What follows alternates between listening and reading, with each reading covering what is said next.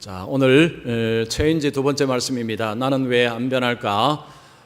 두 번째, 성경으로 내면을 보지 않는다. 여러분 주보에 있는 설교 노트를 펴서 놓으시면서 또 쓰시면서 말씀을 들으시면 좋겠습니다. 자, 우리는요 변화해야 됩니다. 사람은 변화가 필요합니다. 자, 왜 변화가 필요합니까? 변화가 있어야 성장이 있고 발전이 있기 때문입니다.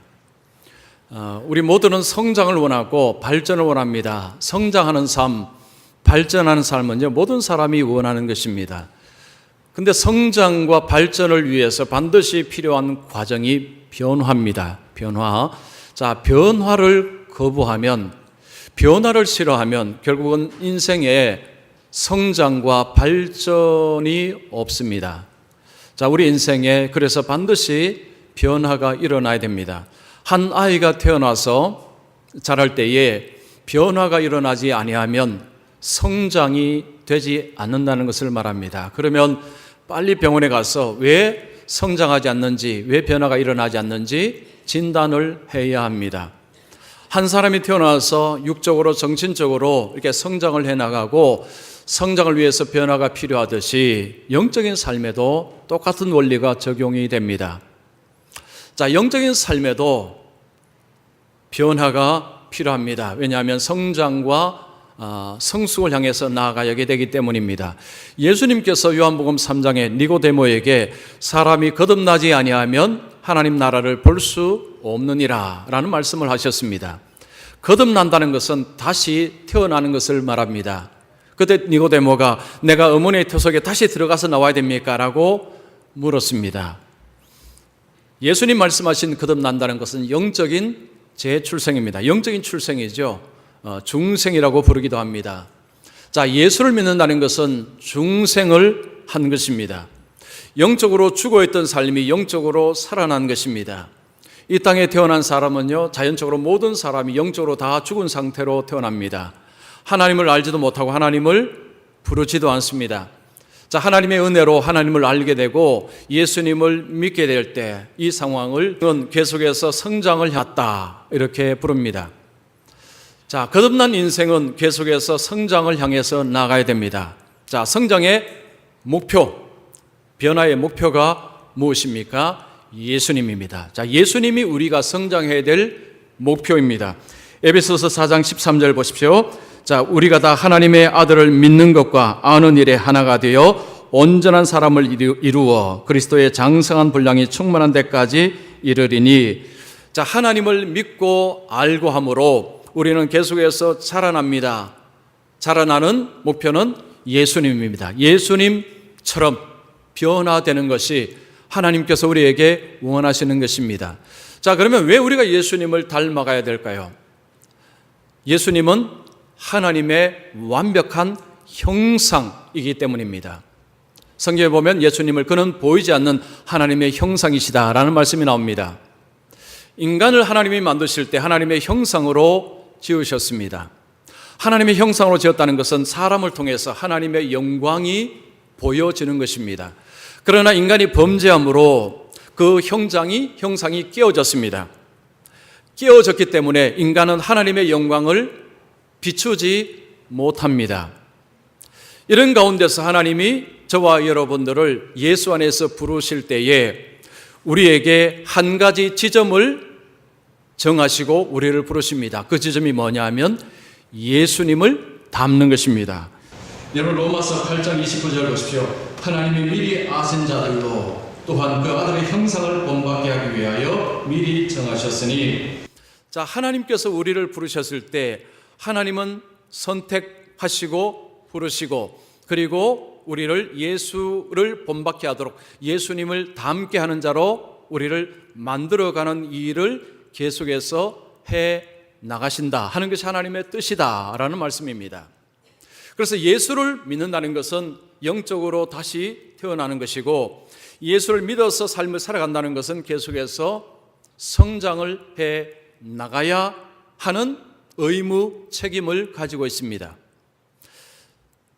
반드시 변화가 동반이 되어야 한다는 것입니다. 자, 그런데 예수 믿은 지 5년이 되고 10년이 되고 20년이 되고 30년이 되고 40년이 지났습니다. 그런데 삶의 변화는 별로 보이지 않습니다. 자, 우리는 어떤 사람을 보고 저분은 예수 믿은 지 오래됐는데 왜 변하지 않을까? 이런 생각을 아마도 해보셨을 것입니다. 아니면 여러분 자신을 보면서도 내가 예수 믿은 지 벌써 30년, 40년이 되었는데 왜 나는 잘 변하지 않을까? 어떤 부분들, 좋지 않은 부분들은 이게 바뀌어야 되는데 늘 그것 때문에 삶의 문제가 일어날 때 왜 이것은 변하지 않을까라는 고민 한 번쯤은 다 해보셨을 것입니다. 우리가 예배도 드립니다. 성경도 읽습니다. 말씀도 듣습니다. 기도도 합니다.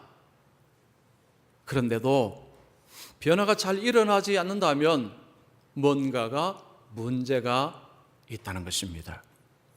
아이가 태어나서 성장하지 않고 제자리에 있다면 그 안에 질병이 반드시 있는 것처럼 여러분 우리가 예수를 믿고 나서 자라야 되는데 변화되지 않고 늘 제자리 걸음이라면 거기는 뭔가가 문제가 있는 것입니다. 자, 오늘 우리가 읽은 이 말씀은 예수님께서 한 바리새인의 집에 들어가셔서 바리새인과 대화를 하는 장면입니다. 그런데 예수님과 바리새인의 대화는 일방적으로 예수님이 책망을 하시는 것을 볼 수 있습니다. 예수님은 그 한 사람을 책망하는 게 아니고 바리새인 전체를 향해서 예수님이 아주 책망을 몰아서 계속해서 하십니다. 자, 예수님께서 바리새인들에게 하시는 책망의 핵심은 그겁니다. 너희들은 위선자들이다. 너희들은 위선자다. 예수님이 그렇게 말씀합니다. 겉은 깨끗하게 보이는데 너희들의 속은 너무 더럽다. 겉과 속이 너무 다르다. 너희들은 진짜 위선자다. 예수님은 그 말씀을 계속해서 쏟아내고 있습니다. 자, 이 바리새인들은요 율법에 정통한 자들입니다. 율법을 아는 자들입니다. 율법을 가르치는 자입니다. 그리고 율법을 지키는 자들입니다. 그런데 예수님께서 그들의 속을 지적을 하십니다. 너희들의 겉은 화려하지만 속은 너무너무 추하고 더럽다. 그 말은 그들은 전혀 하나님의 사람답지 않다는 것입니다. 즉 변화가 없다는 이야기입니다. 자, 문제가 뭐냐? 핵심은 그겁니다. 그들이 율법을 가지고는 있지만 그들이 율법을 지킨다고 하지만 정작 율법으로 자신의 내면을 돌아보지 않았다는 것입니다. 그 하나님의 말씀으로 자신의 속 사람을 살펴보지 않았다는 것을 이야기하시는 것입니다. 그래서 우리가 이 말씀을 들으면요 우리가 말씀도 알고 말씀도 배우고 어떤 말씀을 줄줄 암송도 할지라도 그 말씀을 내 속에다가 비추어서 내 내면을 살피지 아니하면 변화는 일어나지 않고 오히려 위선자의 삶을 살아가게 된다라는 것을 우리에게 말씀하고 있습니다. 그래서 여러분 이 말씀은요 어느 누구에게 주시는 말씀이 아니고 오늘 나에게 주시는 말씀입니다. 어느 김집사님, 어느 장로님이 아니고 하나님이 오늘 나에게 이 말씀을 주신다고 생각하시고 여러분 말씀을 처음부터 끝까지 집중해서 잘 들어보시고요. 그리고 내가 좀 성장하지 않는 것이 바로 이 문제 때문이구나 라는 것을 혹시 깨달으시면 오늘 예배 마치고 이후의 삶은 꼭 오늘 말씀을 들은 대로 그렇게 하면 살아가 보십시오. 그러면 변화가 일어날 것입니다. 자, 그러면 왜 우리가 마음을 잘 들여다보고 마음을 잘 살펴야 되느냐? 이유가 있습니다. 자, 첫 번째, 마음을 관리하지 않으면 악한 것들, 나쁜 것들, 추한 것들, 더러운 것들이 자리를 잡기 때문입니다. 우리가 우리의 마음을, 우리의 속을 들여다보고 관리하지 아니하면 우리 속에요 세상에 추하고 더럽고 죄된 것들이 우리 속을 장악하고 우리의 삶을 통제한다는 것입니다. 그래서 마음을 잘 살펴야 된다는 것이 성경의 말씀입니다. 자, 오늘 본문에 예수님께서 한 바리새인의 집에 초대를 받아 가십니다. 한 바리새인이 예수님을 점심 식사에 초대를 했습니다. 우리가 성경에 보면 바리새인들과 서기관들, 종교 지도자들은 예수님 곁에 있지만 예수님을 주목해서 봅니다. 일거수일투족을 샅샅이 점검을 합니다. 목적은 하나입니다. 예수님을 걸기 위해서. 자, 이 한 바리새인의 집에 예수님이 가셔서 식사를 하시는데 바리새인이 저건 아닌데 이걸 왜 이렇게 하지? 라고 하는 행동을 예수님이 하셨습니다. 예수님 뭐 하셨습니까? 음식을 드시는데 손도 안 씻고 음식을 드시기 시작한 것입니다. 유대인들은요, 밥 먹기 전에 반드시 손을 씻습니다. 위생 때문이 아닙니다. 그들의 정결 규칙 때문입니다. 율법에는 없습니다. 그들이 규칙을 만들었습니다.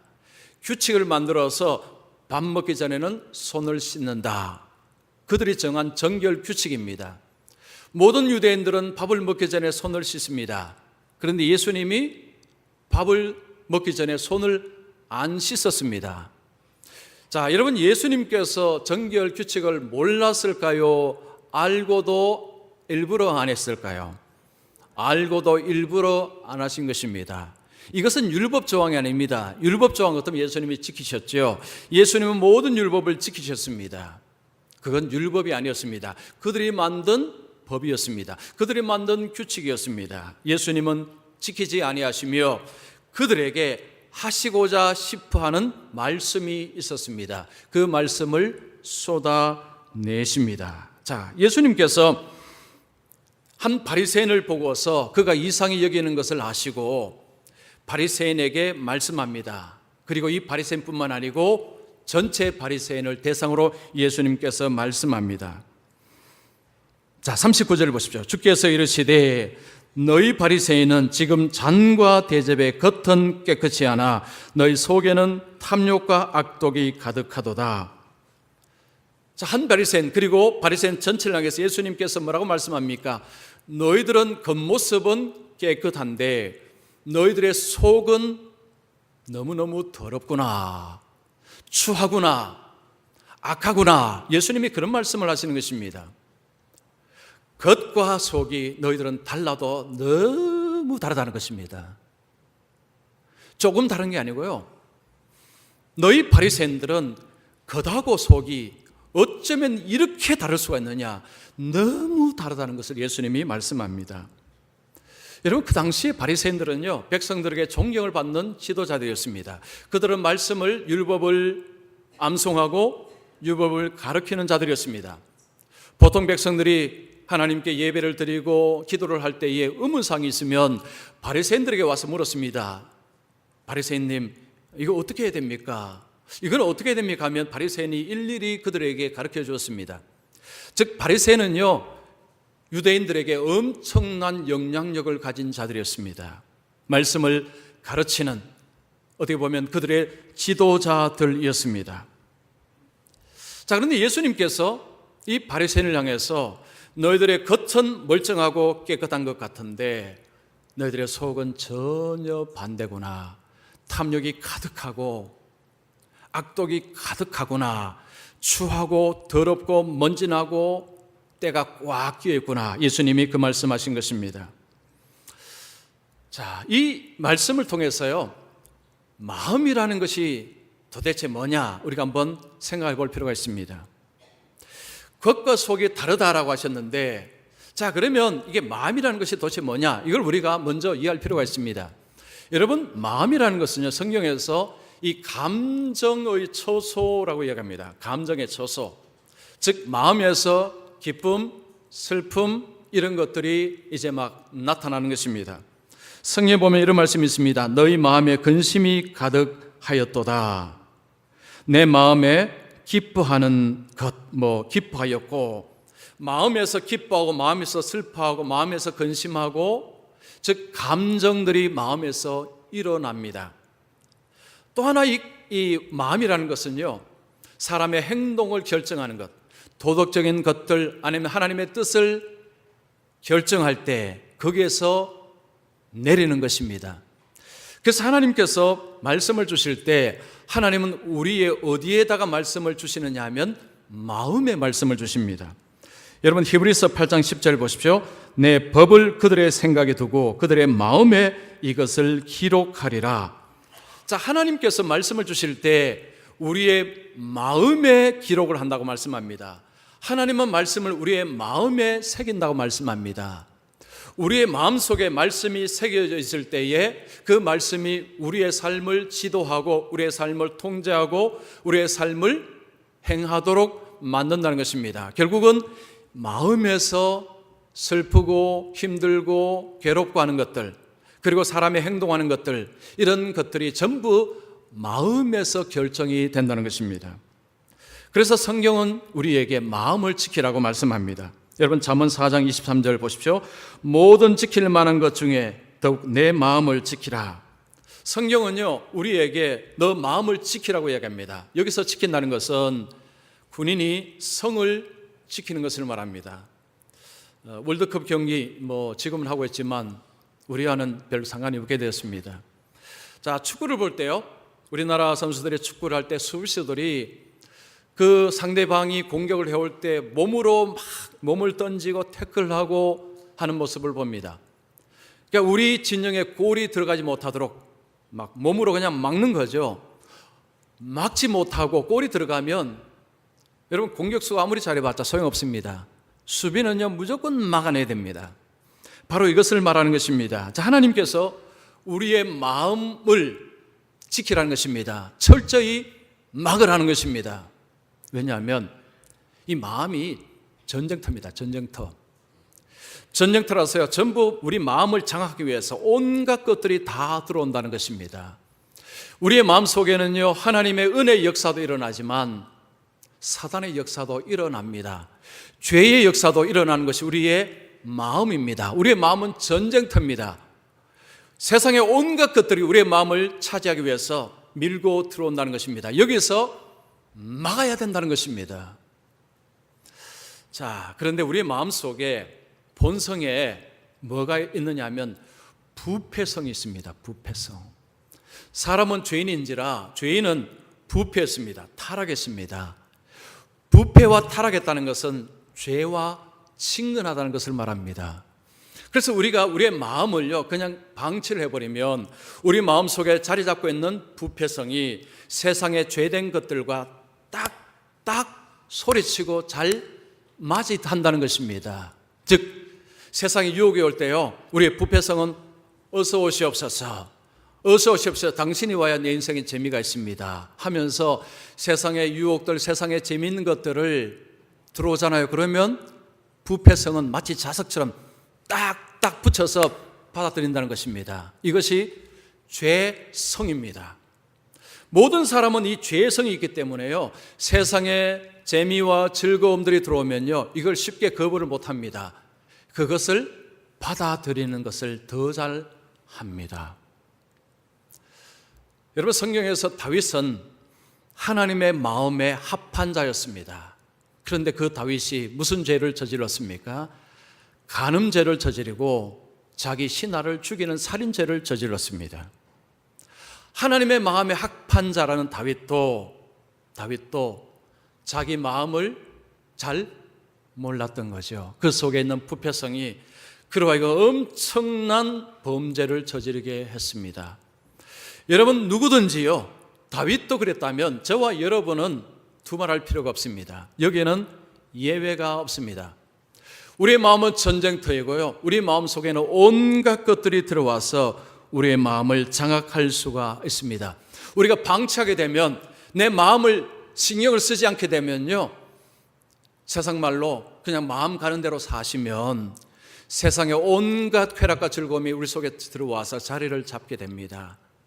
그러면서 우리의 인생을 망치는 일을 하기 시작합니다. 많은 분들이 넘어지면 사탄 욕을 합니다. 사탄이 이랬다고 이야기합니다. 아니요, 그렇지 않습니다. 어떤 분은 하나님이 그랬다고 하나님 탓을 합니다. 아니요, 그렇지 않습니다. 누구 탓입니까? 따라하십시오. 내 탓이다. 여러분 내가 넘어진 것은요 내 탓입니다. 내가 문을 열어준 것입니다. 내가 마음의 문을 열어준 것입니다. 여러분, 사탄도 문 안 열어주면 못 들어옵니다. 세상의 죄가 우리 마음속에 그냥 못 들어옵니다. 문을 열어주니까 들어온 것입니다. 여러분, 하나님 앞에 섰을 때에 핑계 댈 수 없습니다. 전부 내 탓입니다. 한 예수 믿는 청년이 인터넷을 들어가서 보지 말아야 될 동영상을 봤습니다. 한 번 보고 나서 그 다음에 안 봐야 되는데 한 번 보니까 또 보고 싶어서 2번을 봤습니다. 두 번을 보고 나니까 또 보고 싶어서 3번을 봤습니다. 3번을 보니 또 보고 싶어서 4번을 봤습니다. 그러다 5번을 보고 그 다음에는 자동이 되었습니다. 컴퓨터를 열면 일단은 들어가서 보았습니다. 머릿속에 온통 그것이 장악을 해버렸습니다. 그래서 가지 말아야 될 곳을 가서 하지 말아야 될 것을 해버렸습니다. 이 청년이 고백을 합니다. 머리를 흔들어도 생각이 떠나지 않습니다. 교회에서 예배를 들으며 말씀을 들을 때도 그 생각만 납니다. 생각이 그를 사로잡은 것입니다. 여러분, 우리가 평소에 무엇을 보고 무엇을 듣느냐가 중요합니다. 그리고 반복적으로 보고 듣는 것은 우리 속에 들어와서 자리를 잡을 가능성이 많습니다.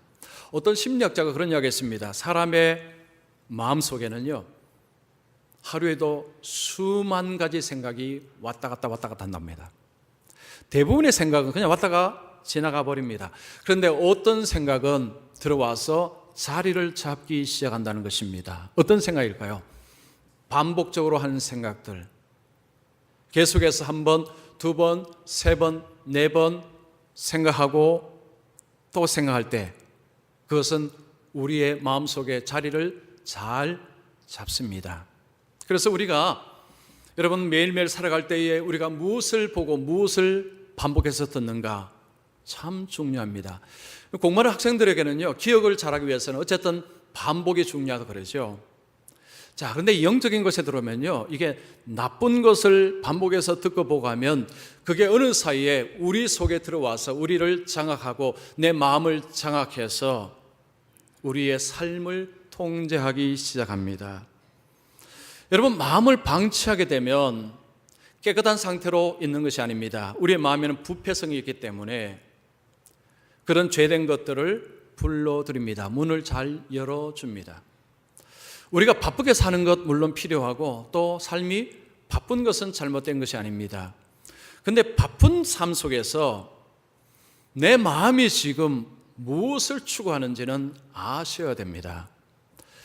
우리가 바쁘게 살게 되면 자칫 외향에 치중하기가 쉽습니다. 그러면 지금 내 마음이 도대체 무엇을 쌓고 있는지 모르고 살 가능성이 너무너무 많습니다. 예수 믿는 사람은 내 마음에 지금 어떤 모습인가를 돌아보지 않는다면 뒤로 넘어집니다. 변화를 향해서 가는 게 아니고요, 뒤로 변화됩니다. 넘어지면서 변화됩니다. 그래서 여러분은요, 바쁘게 사는 것을 가지고 너무 긍정적으로 보지 마시고 지금 내 마음을 내가 방치하고 있지 않는가, 이거 한번 꼭 여러 번 살펴보시면 좋겠습니다. 자, 그러면 우리의 마음을 어떻게 관리하느냐? 자, 2번째입니다. 성경으로 자신의 내면을 살피며 회개하는 삶을 산다. 자, 우리의 마음을 어떻게 관리할 것이냐? 우리는 하나님의 말씀을 가지고 있습니다. 하나님의 말씀을 듣고 배우고 있습니다. 그 말씀을 우리의 가슴으로 내려서 자신의 내면을 살피는 거울처럼 사용하라는 것입니다. 자, 오늘 본문에 보이는 이 바리새인들은 겉은 굉장히 깨끗했습니다. 예수님께서 너희의 겉은 깨끗한데 너희의 속은 탐욕과 악독이 가득하다라고 이야기했습니다. 자, 그들 속에 도대체 이 탐욕과 악독이 이게 뭘까요? 자, 탐욕이라는 것은 욕심인데요, 그냥 단순한 욕심이 아닙니다. 이건 뭘 의미하느냐면 자기보다 가난하고 없는 자들을 멸시하고 그들의 것을 함부로 빼앗는 마음이 탐욕입니다. 아니 바리새인들이 설마 그렇게 했겠느냐? 예수님이 그 말씀합니다. 자, 바리새인들은요 겉으로 율법 하는데 그들의 속에는 가난한 자들에 대한 멸시, 무시, 그리고 그들의 것을 자기 것으로 취하고자 하는 욕망, 이런 것들이 있었다는 것입니다. 여러분 성경에 보면 바리새인을 향해서 돈을 좋아하는 자라고 누가복음 16장에 말씀합니다. 그리고 마가복음 12장 40절에 보면 그들은 과부의 가산을 삼키며 외식으로 길게 기도하는 자니, 성경은 바리새인을 가지고요 길게 기도하는데 그들은 과부의 것을 빼앗는 자라고 했습니다. 그들은 돈을 좋아하는 자라고 했습니다. 예수님은 그들의 속을 훤히 보고 계셨습니다. 악독이라는 것은 악한 마음입니다. 이 욕심하고 탐욕하고 같은 의미입니다. 자, 예수님께서 바리새인들의 속을 보실 때 그들 속에는요 겉으로는 굉장히 거룩한 척하지만 속으로는 굉장히 속물이었다는 것입니다. 겉과 속이 달라도 너무 달랐다는 것입니다. 자, 예수님께서 그들에게 40절에 이런 말씀합니다. 어리석은 자들아, 겉을 만드시니까 속도 만들지 아니하셨느냐? 자, 예수님께서 너희들의 속이 너무너무 추하다고 말씀하시고 예수님께서 말씀합니다. 하나님은 겉도 만들었지만 속도 만들었다는 것을 너희들은 모르는구나. 이 어리석은 자야 라는 것은 너희들이 이것은 잘 모르는구나 라는 것입니다.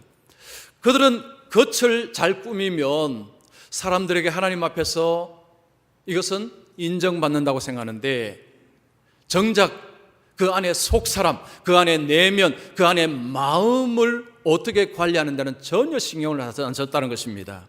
예수님 말씀합니다. 예수님, 하나님은 겉도 만들었지만 속도 만들었다. 이게 무슨 말입니까? 하나님은 겉도 보시지만 속도 보시는 하나님이시다. 사람이요 자기 속에 뭐가 있는지를 모르게 되고 그리고 하나님의 말씀을 알게 되면 어떻게 사용하는 줄 아십니까? 자, 43절 보십시오. 화 있을진저 너희 바리새인이여, 너희가 회당의 높은 자리와 시장에서 문안 받는 것을 기뻐하는도다.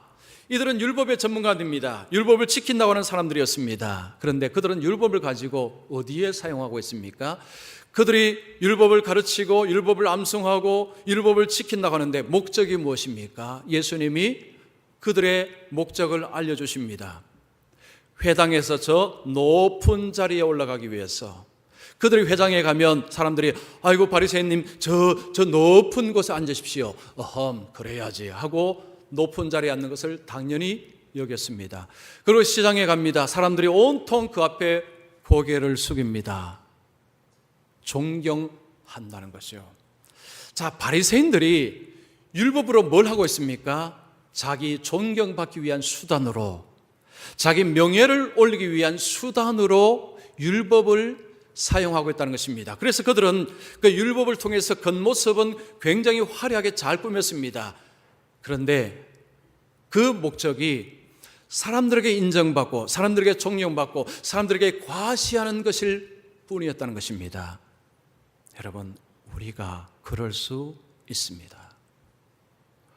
목사가 그러기가 참 쉽습니다. 목사는 말씀을 가르칩니다.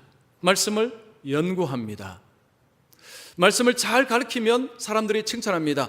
아유, 목사님 말씀을 잘 가르치시네요. 아유, 목사님 참 공부 많이 하셨네요. 그래, 내가 몇 시간 연구했는데 그런 인사 좀 들어야지. 이럴 가능성이 많고요. 저도 가끔 그렇습니다. 저만 그럴까요? 우리 계신 분들, 우리 장로님들, 권사님들 다 마찬가지입니다. 하나님의 말씀을 아는 것이 자랑의 수단이 되는 경우가 많습니다. 말씀을 부를 때 말씀을 척척 대답하면 아이고 말씀을 잘하시네요. 그래, 내가 예수 믿은 지 벌써 몇 년이 됐는데 내가 여기서 얼마나 공부했는데 이 정도 칭찬은 들을 만하지. 말씀을 가지고 자기를 과시하고 자기를 드러내고 사람들에게 존경을 구하는 방편으로 사용하는 모습이 교회 속에 있습니다. 우리는 누구든지 이럴 수 있습니다. 자, 예수님께서 오늘 본문 넘어서 12장 1절에 보면요, 바리새인들의 누룩을 조심하라, 외식을 주의하라 말씀합니다. 자, 이들은 겉과 속이 너무너무 다르기 때문에 조심해라 라고 말씀하셨습니다. 바리새인은요, 그냥 저 특정한 사람이 바리새인이 되는 것이 아닙니다. 저희 여러분 누구든지 바리새인이 될 수가 있습니다. 이 바리새인들이 착각했던 것은 속을 하나님이 살피신다는 것을 그들은 몰랐습니다. 여러분 시편 33편 15절 보십시오. 그는 그들 모두의 마음을 지으시며 그들이 하는 일을 굽어 살피시는 이로다. 하나님은 우리의 속을 만드시고 우리의 속을 굽어 살피시고 심판하시는 분이라고 말씀합니다. 우리가 이것을 모르게 살게 되면요, 바리새인이 되는 것입니다. 예수님은 바리새인을 향해서 이 어리석은 자야, 하나님이 겉도 만들었다면 속을 만들었다는 것을 왜 모르느냐? 하나님은 너희 속을 심판하실 것이다 라고 말씀하셨습니다. 우리는 하나님의 말씀을 아는 것으로 만족하게 되면 말씀은 나의 겉모습을 치장하는 도구가 될 뿐입니다. 자, 그러면 여러분, 이 말씀이 나의 삶의 도구가 되기 위해서, 나의 삶의 변화를 하는 도구가 되기 위해서 이 말씀을 내 삶에 비춰본다는 것, 이게 도대체 어떻게 하는 것입니까? 여러분, 바둑에는 복기라는 것이 있습니다. 복기. 자, 복기가 뭐죠? 복기는 대국을 한 뒤에 그 다음에 자기와 상대편이 바둑을 둔 것을 다시 재현해 보는 것입니다. 그러면서 내가 그때 이걸 내가 놓지 말아야 되는데, 저렇게 해야 되는데, 자기의 한 것을 돌아보고 반성하는 것입니다. 이것이 복기죠. 반성, 성찰, 이런 이야기를 세상은 합니다. 여러분, 세상에 훌륭한 사람들이요, 이런 얘기 많이 합니다. 인생은 성찰이 필요합니다. 반성이 필요합니다. 소크라테스는요, 반성 없는 삶은 가치가 없다라는 이야기를 했습니다. 인생이 자기 인생을 반성하지 않으면요, 과거 되풀이합니다. 도돌이표라는 것입니다. 자, 그런데 우리는요, 성찰과 반성 정도가 아니고 회개가 필요합니다. 회개. 세상은 반성하고 성찰하는데 우리는 회개해야 합니다. 반성과 성찰은요, 자기가 하는 것이지만 회개는요, 성령님을 의지해서 하는 것입니다. 그래서 우리가 말씀을 보고 들을 때, 성령님, 이 말씀이 내 속을 비추시고 내 속에 있는 더러운 것을 깨닫게 하옵소서, 내 죄를 알게 하옵소서. 그래서 성령께서 말씀을 통해 우리에게 비추실 때에 죄를 깨닫고 뭐 합니까? 회개합니다. 여러분, 회개는요, 한 번 하고 끝나는 게 아닙니다. 어떤 이단은 회개는 한 번만 하면 된다는데 그거 거짓말입니다. 회개는 반복해서 해야 됩니다. 왜냐? 우리가 늘 범죄하기 때문입니다. 우리가 아무리 결심을 해도요, 너무 쉽게 넘어집니다. 여러분, 말씀을 듣고 나는 이제 화를 좀 안 내야지 라고 한 이틀 잘 견디다가 운전하다가 갑자기 어떤 사람이 옆에 확 끼어들면 입에서 갑자기 험한 말이 툭 튀어나오지 않습니까?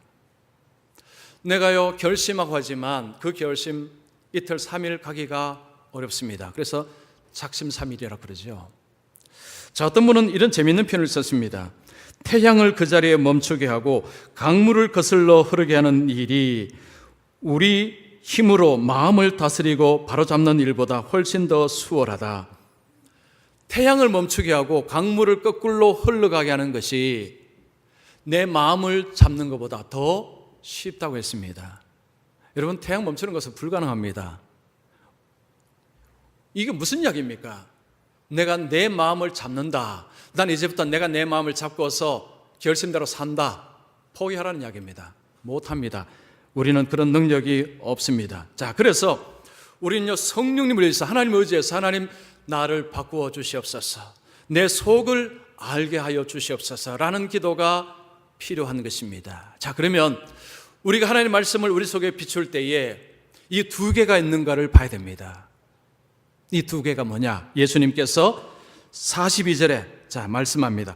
화 있을진저 너희 바리새인이여, 너희가 박하와 온양과 모든 채소와 11조, 채소의 11조는 들이되 공의와 하나님께 대한 사랑은 버리는도다. 그러나 이것도 행하고 저것도 버리지 말아야 할지니라. 자, 예수님께서 너희들이 11조는 잘하는구나, 이거 중요하다, 이것도 계속 행하고, 그리고 예수님 말씀합니다. 그런데 너희 속에 공의와 하나님께 대한 사랑은 버렸구나, 없구나라고 이야기합니다. 왜 그들이 위선자가 되었느냐? 그들 속에 공의가 없습니다. 하나님을 향한 사랑이 없다는 것입니다. 자, 내 속에, 여러분 내 마음 속에 이 공의와 하나님을 향한 사랑이 있느냐, 이거 보셔야 됩니다. 이거 없으면 바리새인처럼 살기가, 아니 바리새인처럼 사는 것입니다. 여러분 공의가 뭘까요? 자, 공의가 뭐냐? 예수님께서 공의를 말씀합니다. 41절 보십시오. 그러나 그 안에 있는 것으로 구제하라. 그리하면 모든 것이 너희에게 깨끗하리라. 바리새인을 향해서 탐욕이 가득하다고 했습니다. 그들은 가난한 자들 것도 빼앗아서 자기 것으로 삼는 욕심이 가득하다고 했습니다. 예수님 말씀합니다. 너에게 있는 것으로 가난한 자들에게 나누어 주라 라는 이야기입니다. 공의는요, 가난한 자들을 불쌍히 여기고 그들에게 나누는 것을 성경은 공의라고 이야기합니다. 신구약이 똑같이 하는 이야기가 그겁니다. 공의로운 삶은 가난한 자를 학대하지 않고 가난한 자를 돌보는 것이 하나님의 공의라고 했습니다. 우리 마음속에 이 공의가 있는가? 나는 나보다 힘들고 어려운 자를 어떻게 대하는가를 보면 됩니다. 나보다 힘들고 어려운 자를 짓밟아서 내 유익을 취하느냐, 아니면 그들을 불쌍히 여기고 어쨌든 그들을 도와주며 살고 있느냐. 주님은 바리새인 속에 이게 없다고 이야기했습니다. 여러분, 저와 여러분들에게 이것이 없으면 우리는 바리새인입니다. 또 한 가지, 하나님께 향한 사랑입니다. 여러분, 기독교는요, 어떤 규칙을 정하고 규칙을 따라가는 종교가 아닙니다. 기독교는 관계 종교입니다. 하나님과 관계 종교입니다. 우리와 그리스도의 관계는요, 그리스도가 신랑이고 우리는 신부라고 이야기합니다. 자, 고린도후서 1장 12절 보십시오. 11장 2절 보십시오. 내가 너희를 정결한 처녀로 한 남편인 그리스도께 드리려고 중매함이로다. 자, 바울은요, 예수를 믿지 않는 사람을 예수 믿게 하는 것을 중매한다고 했습니다. 그리스도가 신랑이고 그리스도인은 신부라는 것입니다. 신랑이 신부를 위해서 사랑함으로 자신을 희생했습니다. 이것이 그리스도가 한 것입니다. 신부는 뭘 해야 됩니까? 그리스도를 사랑하고 그리스도를 존중하는 것입니다.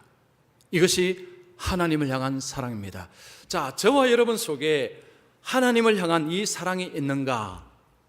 이걸 살펴보셔야 됩니다. 1924년에 여름에 파리에서 올림픽이 있었습니다.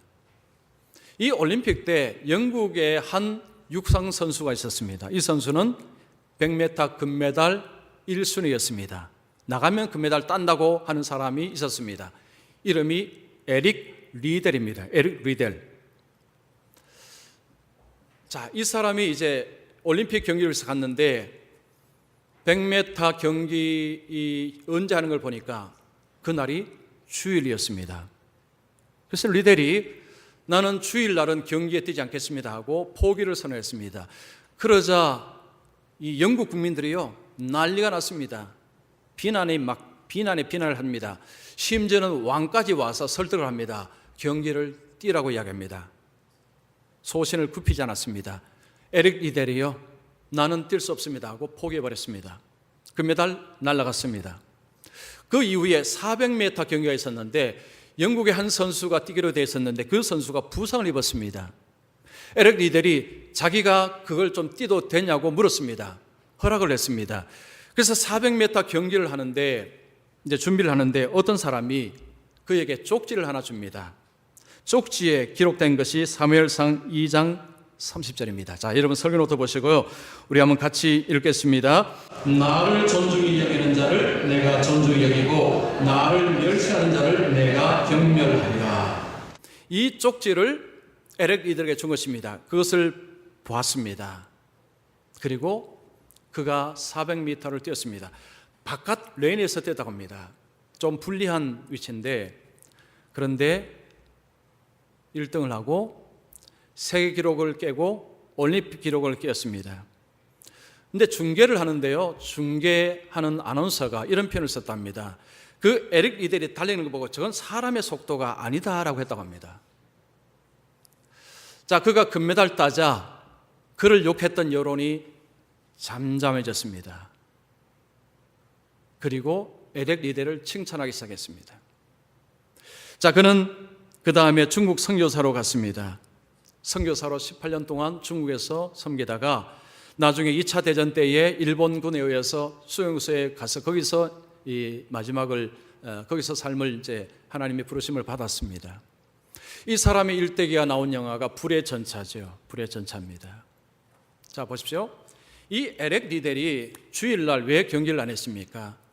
하나님을 존중함으로 주일날 경기하는 것을 포기했습니다. 금메달을 포기했습니다. 여러분, 올림픽 선수에게 금메달이 어느 정도인가 우리는 뭐 다는 모르지만 어느 정도는 짐작합니다. 인생이 바뀝니다. 미래가 바뀝니다. 그가 하나님을 존중해서 주일날 경기를 포기하자 하나님이 그를 높이셨습니다. 400m에서 금메달을 따고 아무도 그를 비난하고 욕할 수가 없었습니다. 오히려 그를 더 지켜 세웠습니다. 여러분, 우리의 삶에 하나님을 사랑한다는 것이 바로 이런 것입니다. 여러분, 내 삶 속에 내가 하나님 때문에 포기하는 것, 하나님께서 원하시기 때문에 포기하는 것이 있습니까? 하나님을 사랑하고 존중하는 표시입니다. 여러분, 그냥 세상 방식대로 살면서 뭐 다 그렇게 사는 것 아닙니까 하면서 세상 방식으로 살아가고 계시지 않습니까? 그러면서 하나님의 말씀을 어기는 것을 뭐 다 그렇게 사는데 하면서 하나님의 말씀을 쉽게 어기고 계시지 않습니까? 하나님을 사랑하지 않는 것입니다. 자, 두 가지가 필요하다고 했습니다. 공의가 필요합니다. 가난한 자들에 대한 태도입니다. 그리고 하나님을 향한 사랑입니다. 하나님을 사랑하고 하나님을 존중하는 것이 삶 속에서 드러나야 된다는 것입니다. 사람은요, 겉으로는 굉장히 자기를 화려하게 포장할 수 있습니다. 바리새인처럼 길게 기도할 때에 야, 저 사람은 기도의 사람이라 그런 칭찬을 들을 수도 있습니다. 그 반면에 속은 굉장히 더러울 수 있습니다. 여러분, 사람은요, 멈추어 서서 자기 속을 볼 수 있는 시간을 가지셔야 됩니다. 하루에 한 번, 아니면 일주일에 한 번 자기 속을 들여다보십시오. 자, 새벽기도 카톡 알람하죠. 아직도 많은 분들은 뭐 꼭 그런 거 해야 됩니까 하고 안 하시는데, 제가 그랬죠. 여러분을 위해서 하시라고 했습니다. 아침에 들으시든지 저녁을 들으시든지 그 말씀을 계속 읽어나가면서 자신을 돌아보라는 것입니다. 말씀으로 내 속을 돌아보시고 내 속에 이 공의와 하나님을 향한 사랑이 있는가 한번 물어보십시오. 이것이 내 속에 없으면요, 우리는 바리새인입니다. 우리는 위선자입니다. 하나님을 섬기는 것이 사람들에게 인정받고 사람들에게 존경받는 도구로 쓸 뿐입니다. 주님과는 별 상관없는 삶을 살아가는 것입니다. 변화는요, 하루아침에 일어나지 않습니다. 변화는 긴 과정입니다. 하나님은 우리를 변화시킵니다. 그래서 우리가 하나님께 우리의 삶을 의탁을 해야 됩니다. 하나님, 나를 바꾸어 주시옵소서. 말씀을 계속해서 우리 삶에 쏘야 됩니다. 말씀을 쏘고 이 말씀이 내 속에서 들어왔을 때 거부감이 일어나냐, 불편하냐 한번 보십시오. 불편하다는 것은 반대가 있다는 것입니다. 죄악이 들어있다는 것입니다. 그래서 성령님을 의지하고 하나님을 의지하고 나는 할 수 없습니다. 주님, 나를 바꾸어 주시옵소서 하면서 여러분, 말씀 앞에서 자신의 속을 들여다보고 내 속에 공의와 사랑이 있는가를 살펴보시고 여러분 살아가셔야지 주님 안에서 삶의 변화가 일어나죠. 그냥 바쁘게만 열심히만 사시고 그냥 세상의 성공과 세상의 것을 살아가시면 딱 바리새인 삶을 살아가겠다 싶습니다. 이건 누구에게 특정한 일이 아니고 우리 모두에게 해당되는 것입니다. 그래서 여러분, 오늘 말씀을 들으시면서 야, 이건 내 이야기구나 하시는 분들 계시다면 오늘부터 말씀으로 자신의 속을 보십시오. 그래서 자, 오늘 우리 오시는 분들은요, 주님 앞에 바리새인이라는 책망을 들으실 것이 아니라 속과 겉이 다른, 너무 다른, 달라도 너무 다르구나라는 말이 아니라 참 하나님 앞에서 너희 속이 깨끗하구나, 이런 칭찬받으시는 우리 모든 분들 되시기를 축원합니다. 한번 기도하겠습니다.